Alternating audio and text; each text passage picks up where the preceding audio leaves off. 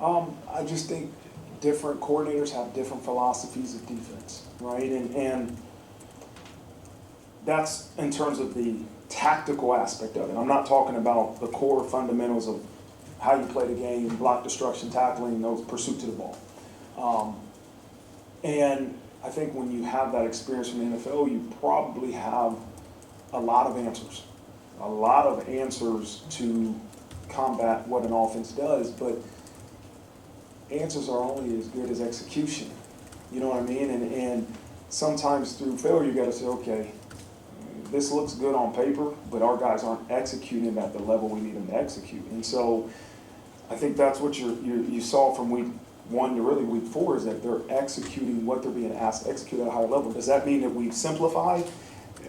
Maybe we've condensed. I don't know if the defensive play calls were that much different, but we better find ways to teach it better. And what you did, you might not notice this, you guys might notice it, but maybe we played with a little bit of different technique at certain positions. And so I think it's a accumulation of all those things, but it's a different kind of philosophy in terms of your answers to what an offense is doing.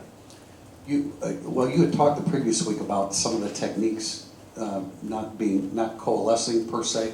The secondary played fast. They were on the ball. Was that technique? Was that a frame of mind? You know, I think we went into the game knowing we cannot give up the explosive plays that we gave up, the explosive pass plays that we gave up the week before.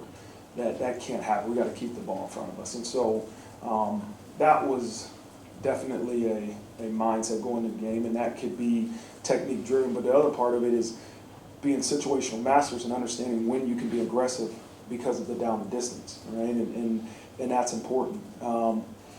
So again, they played faster. We played man. We played zone. I think what you saw in some zone coverage, we were intentional about working more pattern match type periods in practice. So making sure our guys understand, okay, here's cover 4, here's cover 3, here's cover 2.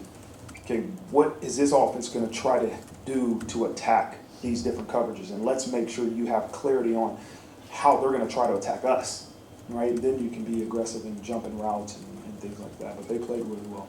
You know, maybe just big picture, the way college football is now, you're in a fake punt up 29, but that's not outrageous in this modern era. So maybe did he say anything afterwards, or did you guys even mention about that? In terms of the fake punt, you know, I didn't want to relax. Like we had to come out of the locker room with an aggression no different than the first half. There's no lead that's comfortable.